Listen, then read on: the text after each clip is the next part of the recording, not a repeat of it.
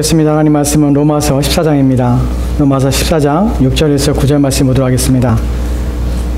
로마서 14장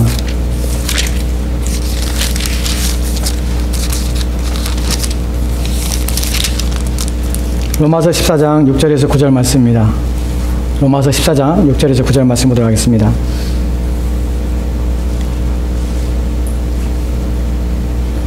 우리 차주 신자가 한 절씩 교도하도록 하겠습니다. 로마서 14장 6절에서 9절 말씀입니다. 우리 한 절씩 교도하도록 하겠습니다. 제가 먼저 6절 말씀 봉독하겠습니다.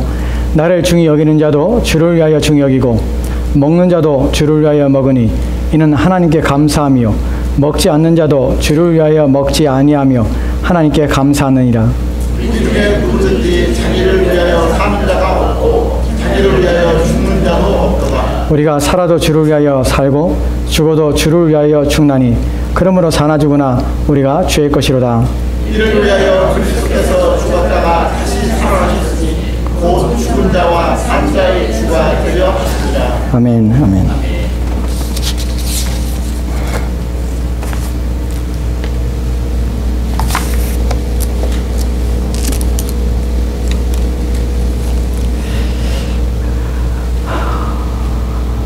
오늘 설교 내용 또한 지난번의 설교와 계속 연관이 됩니다. 연속적으로 지금 계속 내용들이 계속 중심을 거기에 두고 우리가 말씀을 좀 살펴보려고 합니다. 신앙이 무엇이라고 정의할 때 여러 가지 다른 방법으로 신앙을 정의합니다. 근데 실천신학적으로 신앙을 만약에 정의한다면 이렇게 정의가 됩니다. 신앙이란 삶이다. 이렇게 정의가 됩니다. 여러분, 신앙이 삶이라는 것은 어떤 의미를 가지고 있냐면 신앙은 삶을 지배하며 또한 삶을 다스리며 삶을 총체적으로 이끌어가며 삶 전체가 된다는 것이 신앙은 삶이라는 의미입니다. 그래서 다른 말로 표현하면 삶은 반드시 신앙의 지배를 받아야 합니다. 삶의 모든 것들은, 모든 영역은 신앙의 다스림과 신앙의 인도함을 받아야 합니다. 그것이 신앙이라는 것이 가지고 있는 의미입니다. 신앙이 삶이라는 의미 속에서는 중요한 것이, 신앙이라는 것이 삶에 있어서 삶을 통해 나타날 때 어떠한 것에 제한을 두거나 또한 어떠한 것에 있어서는 신앙이 무시되거나 또한 신앙이 영향력을 행사할 수 없는 영역이 결코 없어야 한다는 것입니다. 그것이 참된 신자의 모습일 뿐만 아니라 신앙이라는 것이 가지고 있는 의미입니다. 신앙이 삶의 어떤 영역에서 그 기능을 발휘하지 못한다면 그건 신앙이 아닙니다. 왜냐하면 온전하지 않은 신앙, 신앙이라는 자체가, 성경이 말하는 신앙이라는 자체는 전부를 포함하며 전체가 그 안에 들어가 있는 것입니다. 부분이 아닙니다. 신앙이 삶의 전 영역에 영향을 미치지 못하게 되면 우리는 어떤 경우에는 신앙적으로 살고 어떤 경우에는 신앙적으로 살지 않는 그런 이분화된 삶을 살게 되는 것입니다. 그것은 신앙이 아닐 뿐만 아니라 온전하지 않은 것입니다. 신앙이라는 것은, 그리스도인에게서 참된 신앙이라는 것은 우리의 교회 생활뿐만 아니라 우리의 가정 생활, 우리의 사업장에서 또한 우리의 일터에서 또한 그것이 공적이건 사적이건 그 어떤 것이건 모든 영역에서 신앙은 항상 나타나야 하며 신앙은 삶의 원리로 중요하며 신앙의 원리로 작동해야 한다는 것입니다. 그것이 신앙입니다. 그래서 신앙을 이렇게 정의할 수 있습니다. 신앙이란 총체적으로 삶을 지배하며 다스린다. 삶은 총체적으로 신앙적이어야 한다. 이것이 신앙에 대한 정의입니다.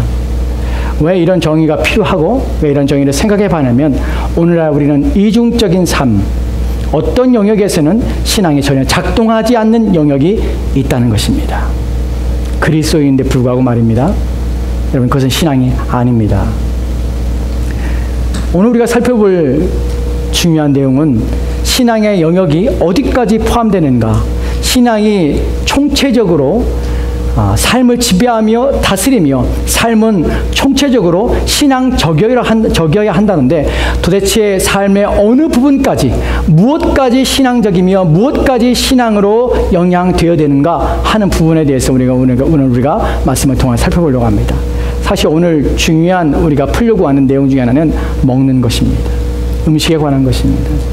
이 내용 또한 저는 전혀 자유롭지 않습니다. 이 설교의 내용 또한 저를 향하여 또한 제게 주는 말씀입니다. 오늘 우리가 살펴볼 내용은 로마서 14장 6절 말씀입니다. 이 말씀을 먼저 우리가 함께 읽도록 합시다. 같이 읽겠습니다. 시작. 나를 중히 여기는 자도 주를 위하여 중히 여기고 먹는 자도 주를 위하여 먹으니 이는 하나님께 감사하며 먹지 않는 자도 주를 위하여 먹지 아니하며 하나님께 감사하느니라.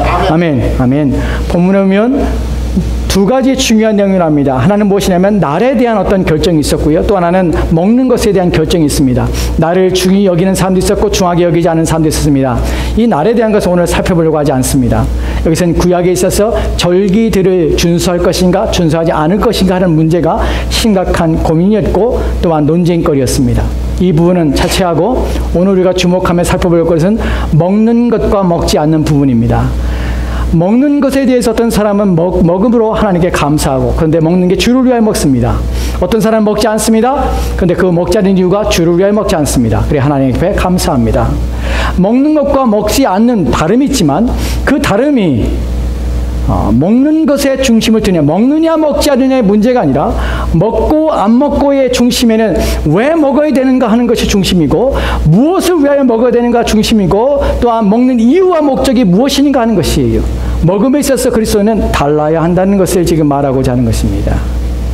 그 중심에는 대상이 있습니다. 그 대상은 주를 위하여 하는 것입니다.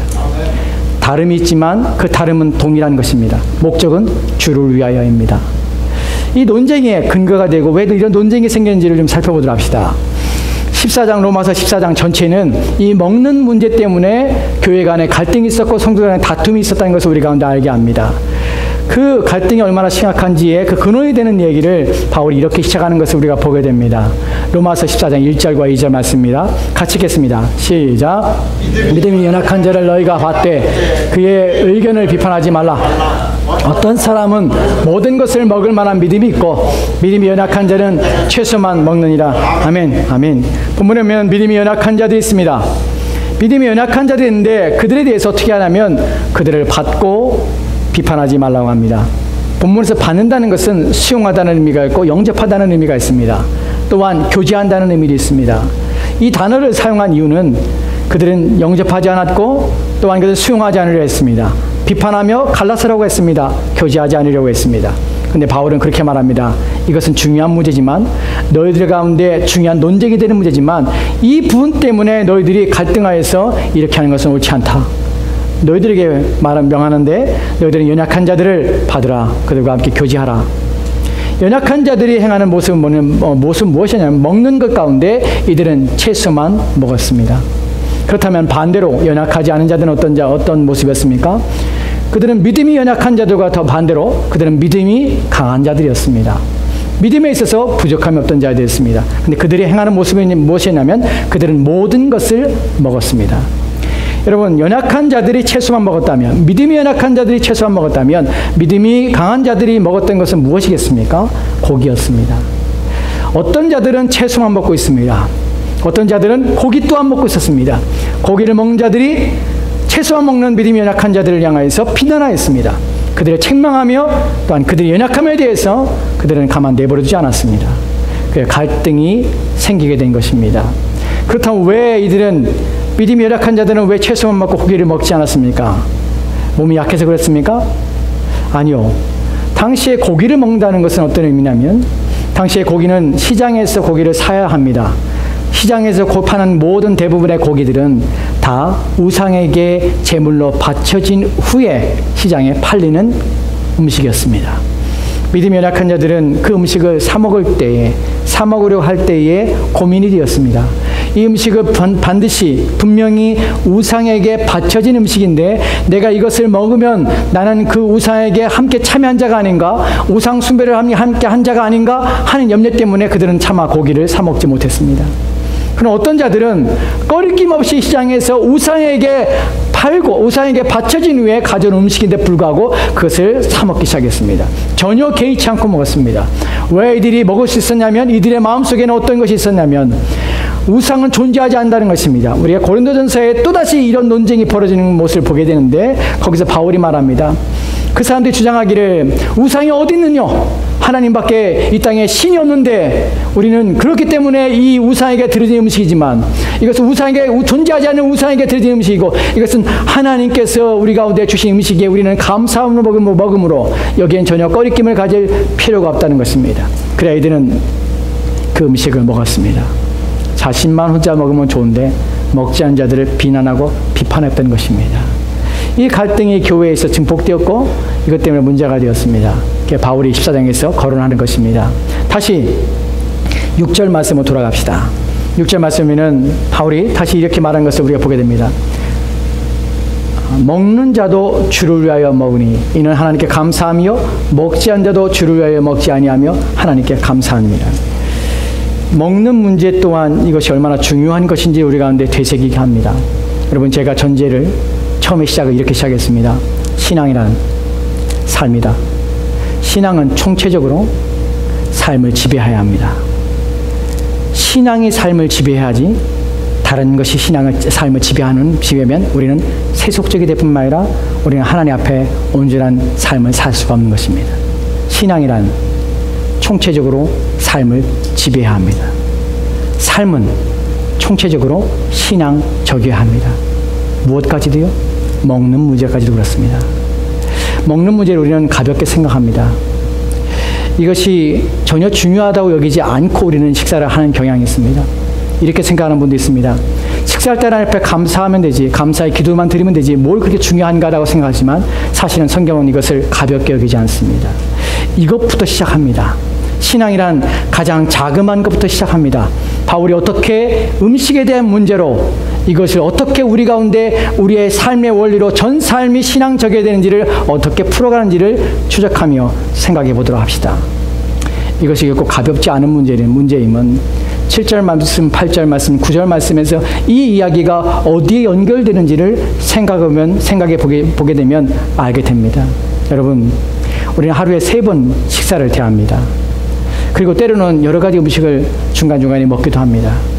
그것이 그냥 하나님 앞에 감사함으로 그냥 내가 먹으면 되는 것이 알지만 그것조차도 신앙적이어야 하며 그것조차도 주를 위하여 행해야 된다는 사실을 여러분 기억하셔야 합니다. 그때마다 그 일마다 우리는 이것이 바라보고 이것이 우리 가운데 주어지는 의미를 생각하며 음식을 대한다는 것입니다. 7절 말씀 보면 바울이 이렇게 말합니다. 7절 말씀 같이 읽겠습니다. 시작. 우리 중에 누구든지 자기를 위하여 사는 자가 없고 자기를 위하여 죽는 자도 없도다. 아멘.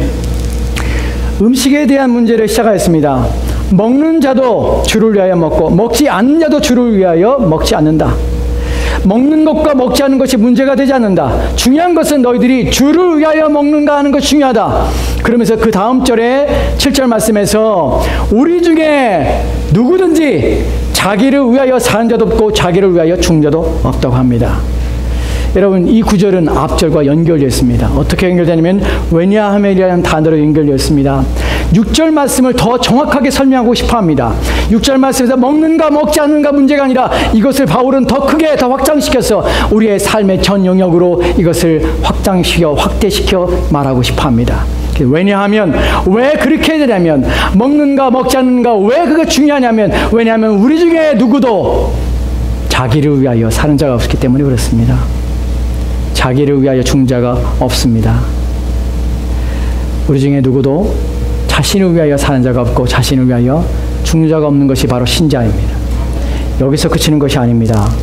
바울은 이것을 8절 말씀에서 이렇게 또한 왜냐하면이라는 단어를 통해서 또 연결하며 이것을 신앙적으로 묶고 우리 가운데 바르게 설명하려고 합니다. 8절 말씀 보도록 합시다. 8절 말씀을 보면 같이 읽겠습니다. 시작. 우리가 살아도 주를 위하여 살고 죽어도 주를 위하여 죽나니 그러므로 사나 죽으나 우리가 주의 것이로다. 아멘. 아멘.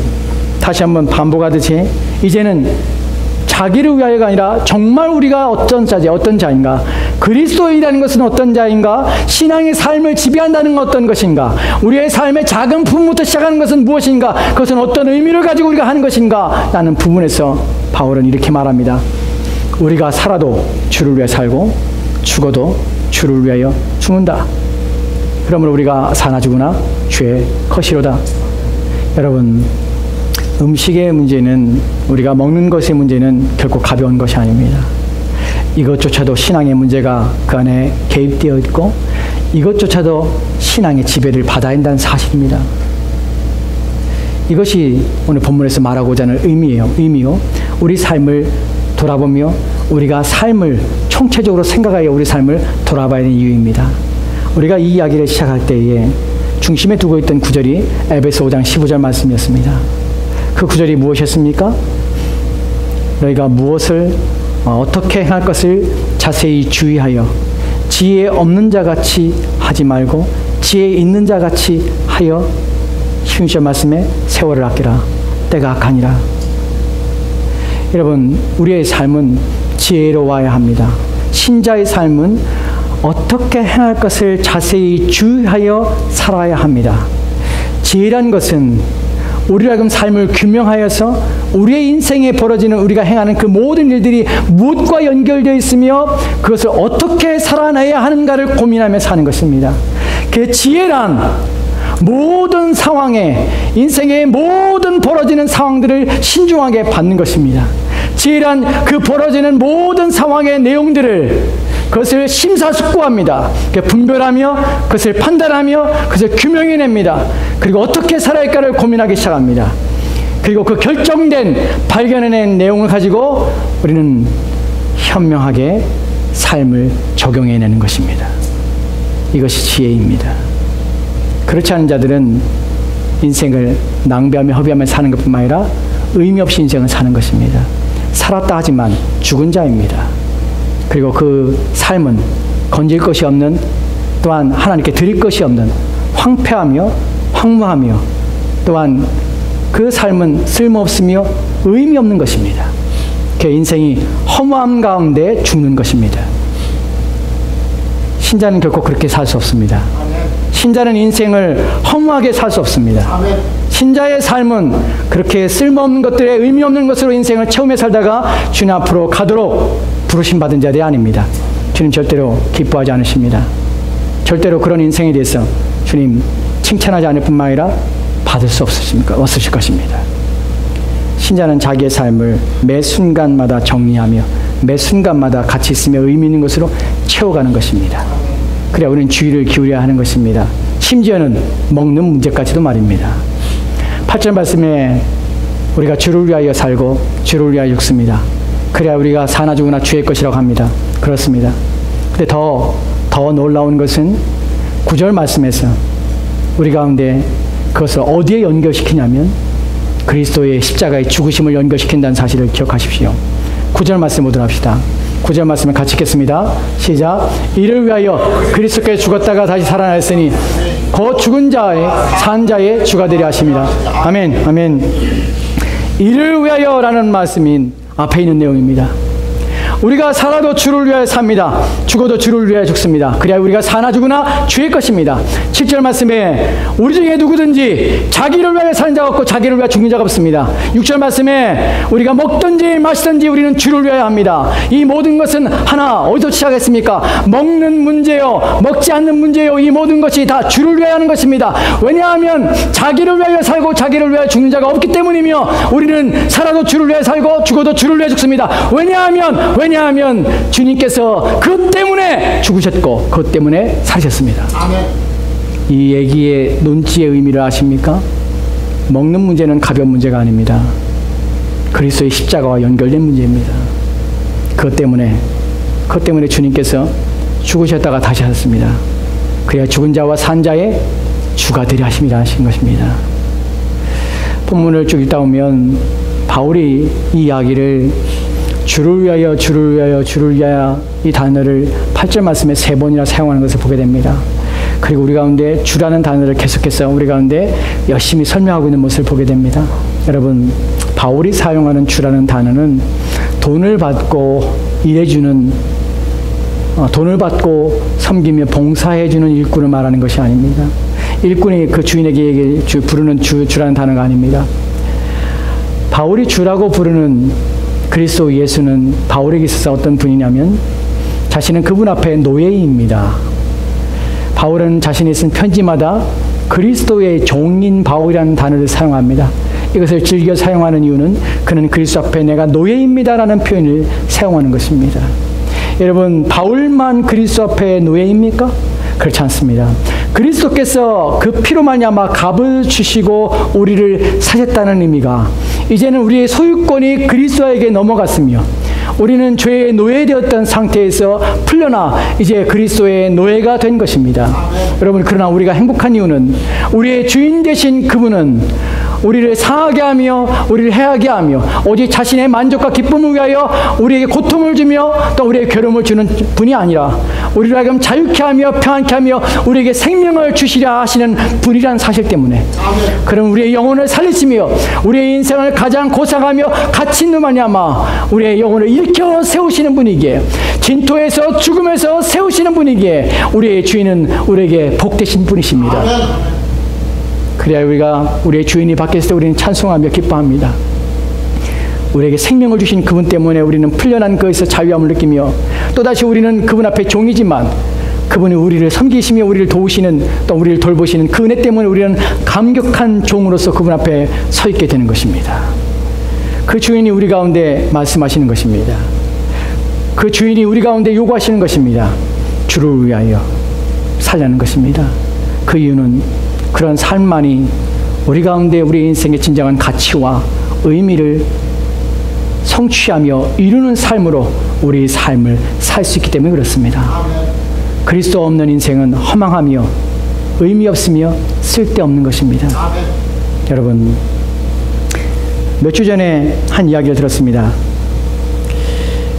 인생의 노년이 되어서 마지막 인생의 끝자락에 되어서 이제 힘도 없고 또한 어떤 인생을 살 때의 능력도 없고 어떤 물질에 대한 물질의 풍성함도 없고 그래서 노년의 마지막에 있는 한 분에 대한 얘기를 들었는데 그분이 하루의 삶이 어떻게 시작하냐면 아침에 피곤한 몸을 가지고 아침에 일어납니다. 아침을 먹고 그리고 할 일이 없어서 졸다가 또한 누워있다가 하루를 보내며 점심을 먹습니다. 또 졸다가 또 누워있다가 저녁을 맞이합니다. 그리고 저녁이 되어서 또 그 지루한 밤을 긴 밤을 홀로 보내며 그렇게 하루를 마감합니다. 그의 소원은 빨리 죽는 것입니다. 의미 없는 인생을 이렇게 보내느니 이렇게 무료하고 이렇게 의미 없는 삶을 이렇게 보내니 빨리 죽고 싶다는 것입니다. 그분에게는 이 후의 삶, 이 땅의 후의 삶도 없습니다.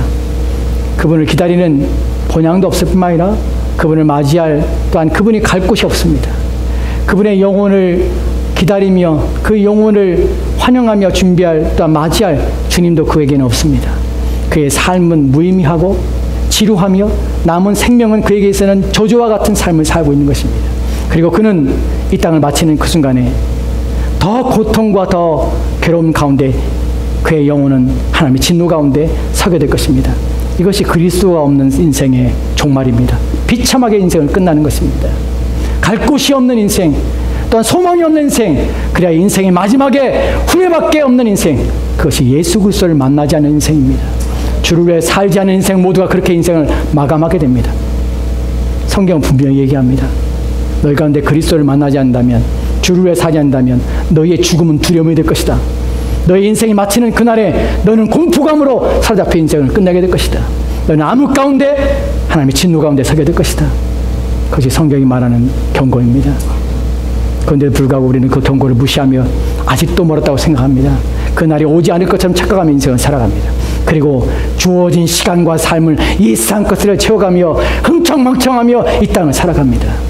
온갖 쾌락과 즐거움과 낙으로 자기의 인생을 살아가며 그것이 영원할 줄 알고 그것을 추구하며 살아갑니다. 불쌍한 것입니다. 불쌍한 것입니다. 돼지는 이 땅에 태어날 때부터 죽을 때까지 먹는 것만 있으면 편안합니다. 그렇게 먹는 걸 추구하다가 살이 띠룩띠룩 치면 자기가 죽는지도 모르고 그렇게 살다가 살이 쪄 어느 날 도살장으로 끌려가는 것입니다. 그리스도 없는 인생은 마치 그와 같습니다. 주는 것 열심히 먹다가 먹고 싶은 것 열심히 먹고 살다가 그리고 마치 도살장으로 끌려가는 알 수 없는 곳으로 끌려가는 그런 짐승과 같이 그렇게 인생을 마치는 것이 그리스도를 만나지 않은 인생의 모습입니다. 여러분, 삶을 재편하지 않으면, 여러분의 삶을 바꾸지 않으면, 여러분의 삶을 영적인 것으로 질서를 재편하지 않으면 여러분은 절대로 소망이 없습니다. 본문에서는 우리가 먹어도 주를 위하여, 살아도 주를 위하여 삽니다. 그것이 신자입니다. 왜 그렇게 해야 되냐면 그것을 위해서 주님께서 십자가에 죽으셨습니다. 그래서 우리는 자그마한 부분조차도 주를 위하여 살아야 하는 것입니다. 그러나 많은 사람들이란 사실을 알지 못하기 때문에 어긋난 길로 갑니다. 잘못된 길로 갑니다. 성경은 이러한 먹는 문제 때문에 사람들이 어떻게 쓰러지는가를 우리 가운데 예시로 우리 가운데 보여주고 있습니다. 먹는 문제 때문에 이 음식에 대한 것들을 잘못 생각하며 그것을 이해하지 못하며 그것들에 대하여 바르게 생각하지 않으며 바르게 우리로 하여금 그것을 다루지 않는 것 때문에 그것 때문에 삶이 무너진 자들이 있습니다. 창세기 25장 28절 말씀 모두 합시다. 같이 읽겠습니다. 시작. 이삭은 에서가 사냥한 고기를 좋아하므로 그를 사랑하고 리브가는 야곱을 사랑하였더라. 아멘. 아멘. 본문에 보면 이삭이라는 사람과 리브가라는 사람이 있습니다. 둘은 부부지요. 자식이 있었습니다. 쌍둥이입니다. 큰아들이 에서입니다. 에서를 사랑합니다. 누가 사랑합니까? 이삭이 사랑합니다.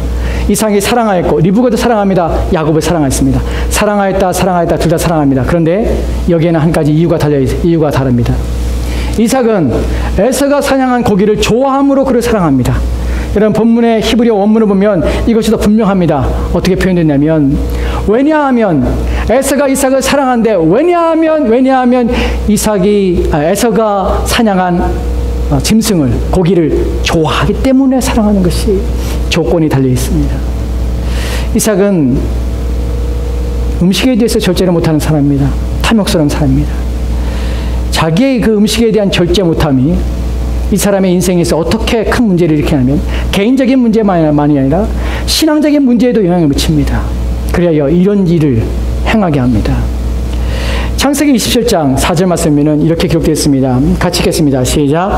내가 즐기는 별미를 만들어 내게로 가져와서 먹게 하여 내가 죽기 전에 내 마음껏 내게 축복하게 하라. 아멘. 아멘. 본문에 보면 내가 즐기는 별미를 만들어 내게로 가져와서 먹게 하여 내가 죽기 전에 내 마음껏 내로 축복해 하라. 이삭에게는 하나님이 주신 축복에 대한 고난이 있었습니다. 그 고난을 어떻게 남용하냐면 너는 자기의 큰아들 에서에게 말하는 것입니다. 너는 가서 내가 즐거워하는 별미를 만들어 와라. 그리고 내가 먹고 내가 마음껏 내게 축복하게 하라. 그 축복의 고난을 자기의 맛을 즐기며 자기의 음식에 대한 욕구를 충족시키기 위한 수단으로서 그렇게 남용하는 것입니다. 이 일에 대한 결과들이 어떻게 벌어질지, 이것 때문에 이 가정이 얼마나 큰 문제가 있고 어려움을 겪는지 우리가 알고 있습니다. 본문에 보면 이삭의 단을 통해서 이삭의 그 탐욕과 욕심이 어떤지를 우리가 알게 되는데, 여기서 이삭이 내가 즐기는 별미라는 표현을 씁니다. 근데 이 즐기다는 표현은 사랑하다는 단어입니다. 내가 사랑하는 별미라는 표현입니다. 그런데 이 단어가 어디에 사용되냐면 창세기 아까 우리가 읽었던 25장 28절 말씀에 쓰여졌던 이삭이 에서를 사랑하였다는 표현의 단어가 동일한 단어입니다. 이삭은 어떤 사람이었냐면 자식을 사랑합니다. 음식도 사랑합니다. 근데 자식과 음식을 동일한 기준과 가치를 가지고 사랑하는 자였다는 것입니다. 사람을 사랑하듯이 이는 음식을 사랑했던 자입니다. 탐욕과 욕심에, 또한 이상 절제하지 못하는 정욕에 이끌려 그 음식에 대한 욕심에, 탐욕에 이 사람은 거기에 빠져버린 사람입니다. 본문에서 즐기는 별미를 만들어라는 표현인데, 본문에서 또 나오는 내게로 가서 먹게 하라는 표현을 씁니다. 내가 죽기 전에 내가 마음껏 축복하게 한다는데, 본문에서 별미를 만들어 내게 가져와서 먹게 하라는 표현 속에서 우리가 알게 되는 것은 창세기 25장 아까 읽었던 28절 말씀에서 사냥감에 대해서, 사냥한 고기를 내가 먹게, 내가 사냥고기를 좋아함이라는 표현을 씁니다. 근데 거기서 사냥한 고기라는 표현 속에서 그 단어가 가지고 있는 의미가, 히브리어 의미가 무엇이냐면 그 입에 있다는 표현이에요. 우리가 여기서 알게 되는 것이 뭐냐면 탐욕과 욕심이라는 것은, 음식에 대한 탐욕과 욕심은 무엇으로부터 오냐면 입을 만족하며 즐기기 위한 미각에 빠져버린 사람의 모습을 보인다는 것입니다. 왜 사람이 음식에 대한 절제를 못하냐면 바로 미각 때문에 그렇습니다. 입 안에 있는 고기, 입 안에 있는 것이라는 표현입니다. 여러분, 우리가 미각이라는 것이 하나님께서 우리 가운데 주신 거기 때문에 그 자체가 나쁜 것은 아닙니다. 우리가 다음 시간에 그 부분을 살펴보겠지만, 나쁜 것은 아니지만 이것에 대해 절제하지 못하며 이것에 대해 탐욕을 부리며 욕심을 부리는 삶을 살아가는 것, 그리하여 그것 자체가 신앙이 되지 못하며 자기를 위하여 먹고 마시며 자기를 위하여 사는 자들이 어떻게 되는가 하는 부분에서 우리는 고민해야 한다는 사실입니다. 먹는 것조차도 신앙입니다. 먹는 것조차도 신앙의 지배를 받아야 합니다. 이 사실에 대해 우리는 생각하지 않고 먹고 마신다는 것입니다. 그래야 우리는 대부분 탐욕과 욕심에 따라서 자기의 배를 위하여, 자기의 배고픈 욕구를 충족시키기 위하여 우리는 음식을 대한다는 것입니다. 자식은 아버지의 등을 보고 자란다는 말이 있습니다. 그 말은 아버지의 행하는 모습을 보고 자식은 따라 배우며 따라 산다는 의미지요. 이삭이 그렇듯이 그의 큰아들인 에서는 아버지와 똑같은 실수를 저지릅니다. 창세기 25장 34절 말씀에는 이렇게 기록되었습니다. 같이 읽겠습니다. 시작. 야곱이 떡과 팥죽을 에서에게 주매 에서가 먹으며 마시고 일어나 갔으니 에서가 장자의 명분을 가볍게 여김이었더라. 아멘. 여기는 야곱에 대한 얘기와 에서에 대한 얘기 나옵니다. 본문에 보면 에서가 왔습니다. 에서가 와서 동생이 팥죽을 끓이는데 그것을 먹고 싶어 합니다. 달라고 합니다. 동생의 야곱이 말합니다. 형이 장자의 명분을 내게 팔면 내가 이걸 주겠다고 말합니다.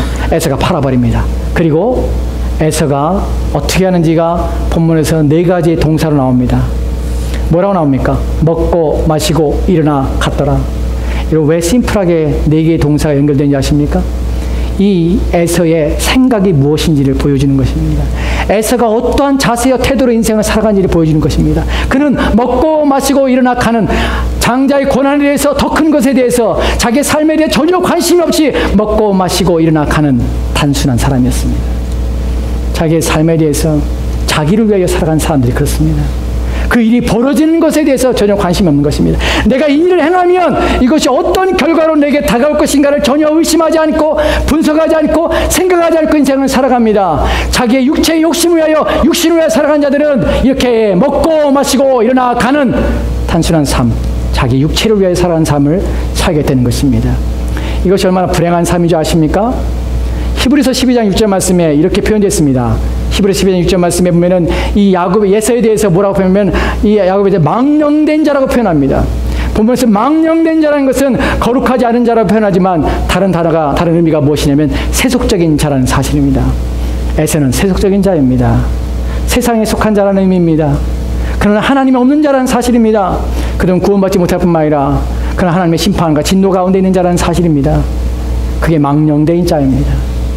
생각하지 않고 우리의 삶의 매 순간, 그것이 작은 일이건 큰 일이건, 내가 일을 하는 것이 주님을 기쁘시게 하는 것인가, 주를 위하여 사는 것인가, 이것이 내가 신앙적인 것인가 하는 것에 대해서 우리가 묻지 않고 따지지 않고 그 일을 행할 때 우리는 망령된 자가 되는 것입니다.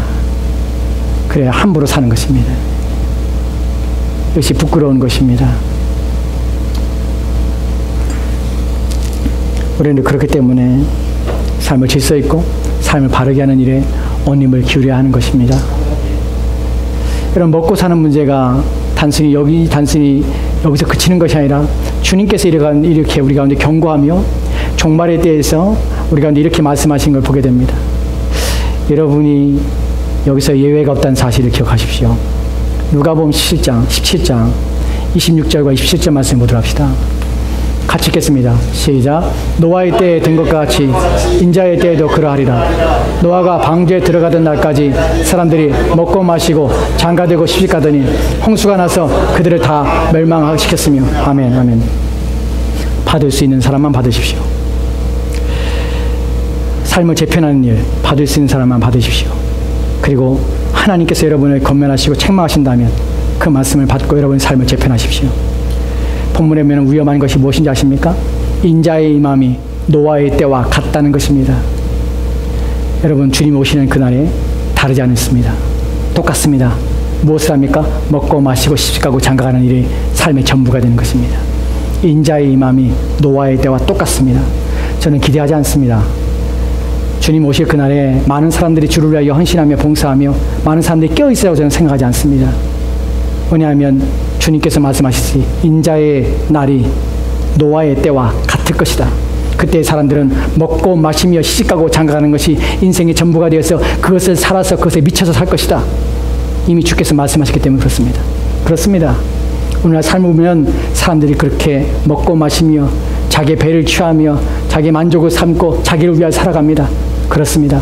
불경건한 삶이 오늘날 만연되어 있습니다. 그렇습니다. 교회 오지만 예수 믿는다 하지만 참된 신앙을 찾으며 참된 바르게 신앙생활 하려는 자들이 적음을 합니다. 그렇습니다. 맞습니다. 왜냐하면 인자의 임하는 그때의 노아의 시대와 똑같을 것이기 때문에 그렇습니다. 여러분 노아의 시대만 그렇습니까? 그렇지 않습니다. 28절 29절 말씀에 이렇게 경고하십니다. 같이 읽겠습니다. 시작. 또 롯의 때와 같으니 사람들이 먹고 마시고 사고 팔고 심고 집을 짓더니 롯 소돔에서 나가던 날에 하늘로부터 불과 유황이 비오듯 하여 그들을 멸망시켰느니라. 아멘 아멘. 롯의 때와도 똑같습니다. 그들이 먹고 마시고 사고 팔고 또한 집을 짓고 자기를 위하여 살아가는 일에 온 힘을 기울이며 살아갈 것입니다. 주를 위하여 사는 것이 아니라 자기를 위하여 사는 일에 온 마음을 기울여 살게 될 것입니다. 그래야 경건하지 아니하며 그래야 온 마음을 다하지 아니하며 그래야 온전한 신앙이 아니라 다 떠나버린 신앙, 다 의미 없는 신앙으로 그렇게 퇴색될 것입니다. 그것이 종말에 주님 오실 때의 상황입니다. 나아질 것이 없습니다. 이런 경고가 우리를 두렵게 합니다. 그래야 이 경고를 받는 사람들은 삶을 재편해야 합니다. 삶의 질서를 새롭게 해야 합니다. 주님 오실 때 부끄럽지 않게 해야 합니다.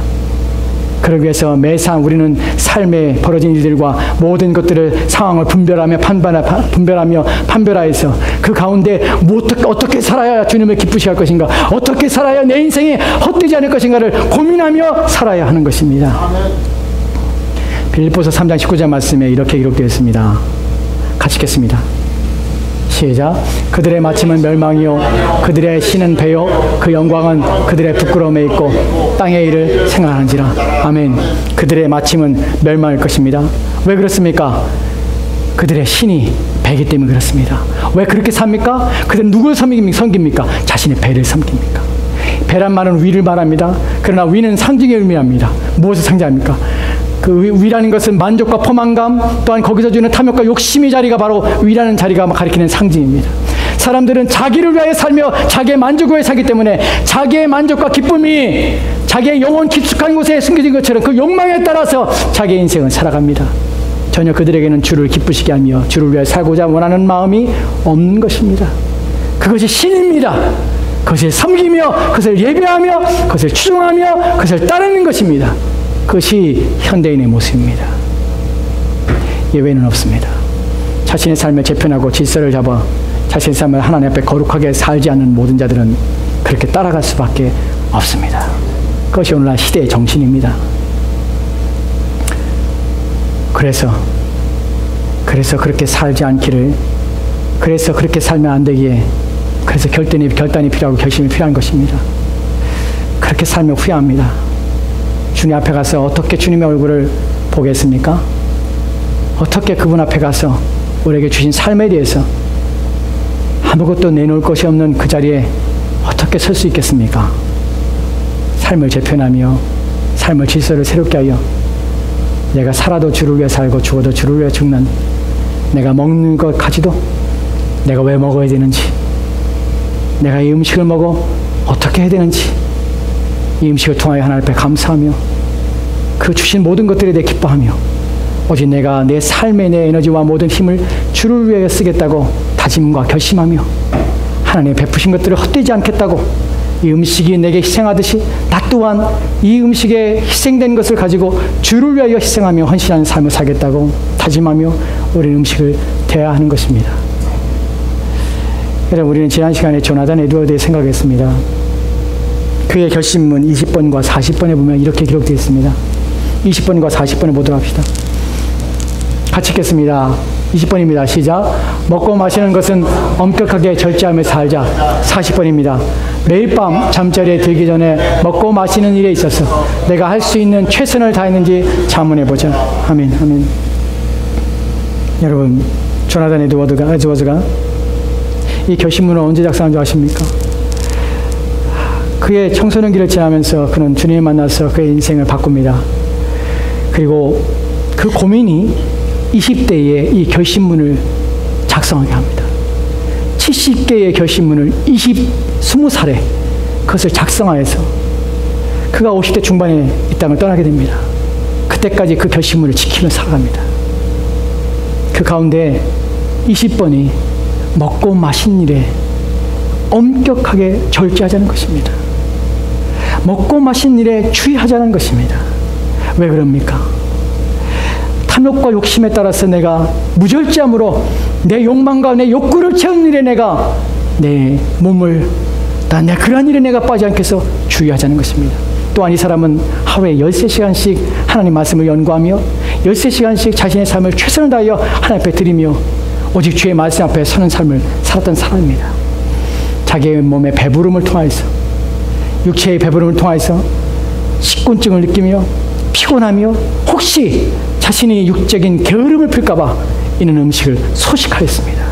식사하는 시간까지도 조절하여서 그 시간조차도 하나님께 드리려고 애를 썼습니다. 왜 그의 인생이 빛나며 그의 인생이 복되냐면 바로 자신을 향하여서 음식 문제까지도 먹는 문제까지도 내가 주를 위하여 먹고 주를 위하여 내가 마시겠다는 결심을 가지고 인생의 삶의 자그마한 한 가지라도 그것부터라도 하나님을 위하여 살겠다는 결심이 그의 마음에 있었기 때문에 그는 전 삶의 모든 시간들을 하나님을 위하여 목표와 초점을 맞추고 인생을 살았다는 것입니다. 매일 밤 그런 잠자리에서 내가 오늘 먹고 마신 일에 대해서 내가 해야 될 최선을 다했는가? 거기에 대해서 혹시 내가 내 탐욕과 욕심 가운데 서진 않았는가? 그 일 때문에 내가 혹시 내 육체의 게으름을 내가 방관하진 않았는가? 스스로를 돌아봤던 것입니다. 여러분, 음식은 가벼운 문제가 아니라 그것부터 시작하는 것입니다. 하지만 가장 자그마한 것, 하찮게 여기는 것부터 우리 자신을 절제하며 인내해서 하나님 위하여 살아야 하는 것입니다. 고린도전서 10장 31절 말씀에 바울이 이렇게 우리 가운데 말합니다. 같이 읽겠습니다. 시작. 그런즉 너희가 먹든지 마시든지 무엇하든지 다 하나님의 영광을 위하여 하라. 아멘. 아멘. 제가 전반에 이렇게 말씀드렸습니다. 먹는 문제, 이 문제는 여러분이 문제가 아닐지 모르지만 저에게는 문제입니다. 저는 음식을 너무나 좋아합니다. 먹는 것 자체를 좋아합니다. 그래야 때로는 탐욕과 탐식으로 음식을 먹습니다. 절제하지 못할 때도 있습니다. 그것이 제게는 큰 짐이요 부담입니다. 많이 먹어서 그 많이 먹음 때문에 식곤증을 느끼고 그래야 하나님 앞에 온전한 정신과 또한 내 모든 생각과 마음을 집중하여서 해야 될 그 모든 일들에 게으르거나 또한 나태하거나 하나님 앞에 온전치 못하는 그런 절제하지 못하는 욕망에 따라 사는 삶을 살고 있지 않은가 하는 반성입니다. 성경은 분명히 그것부터 시작하라 합니다. 먹든지 마시든지 무엇이든지 하나님께 영광을 돌리라. 그것을 위하여 사는 것이 너희의 본분이라 라고 우리 가운데 말씀하고 있는 것입니다. 삶을 재편하는 것은 큰 일이 아닙니다. 큰 것부터 시작하는 것이 아니라 하찮게 여기는 것, 의미 없다고 여기는 것, 그것조차도 우리의 믿음과 우리의 신앙을 하는 것입니다. 다시 한번 말씀을 드립니다. 신앙은 총체적으로 삶을 지배합니다. 삶은 총체적으로 신앙적이어야 합니다. 그래야 우리는 자그마한 것 하나라도, 우리가 자고 눕는 것 하나라도, 우리가 깨고 일어나는 것 하나라도 우리는 주를 위하여 주께 행하듯이 주 앞에 어떻게 우리의 삶을 바르게 할 것인가 고민하며 우리 인생을 살아야 하는 것입니다. 때가 악합니다. 그래 많은 사람들이 분명히 반드시 먹고 마신 일에 빠져 인생을 살 것입니다. 저와 여러분들 예외는 아닙니다. 이것을 집중하여 주의하여 이 경고 가운데 자신의 삶을 재편하지 않는다면 주님 오시는 그날에 반드시 후회하게 될 것입니다. 기도합시다.